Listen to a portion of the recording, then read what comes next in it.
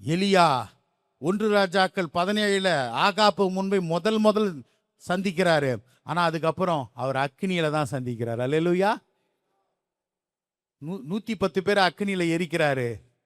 மறுபடியும் எடுத்துக்கொள்ள போதும் அவர் அக்கினியில தான் எடுத்துக்கொள்ள. அக்கினி ரதம், அக்கினி குதிரை வந்து சுயல் காற்றல் எலியாவை 1 ராஜாக்கள் 2வது அதிகாரத்தில் எலிசாவை அக்கினி ரதம் அக்கினியில ஆரம்பிச்சு அக்கினியில முடிக்கிறார். எலியா ஒரு கோவக்காரர். அல்லேலூயா. எலிசாவுக்கு பாருங்க, அக்கினி என்பது ஊழியத்துக்கு பிரித்தெடுக்கிறதுக்கும் உதவும். எலியாவை பரலோகம் கொண்டு போது எலிசாவை ஊழியத்துல பிரித்து எடுக்குது அக்கினி. அல்லேலூயா.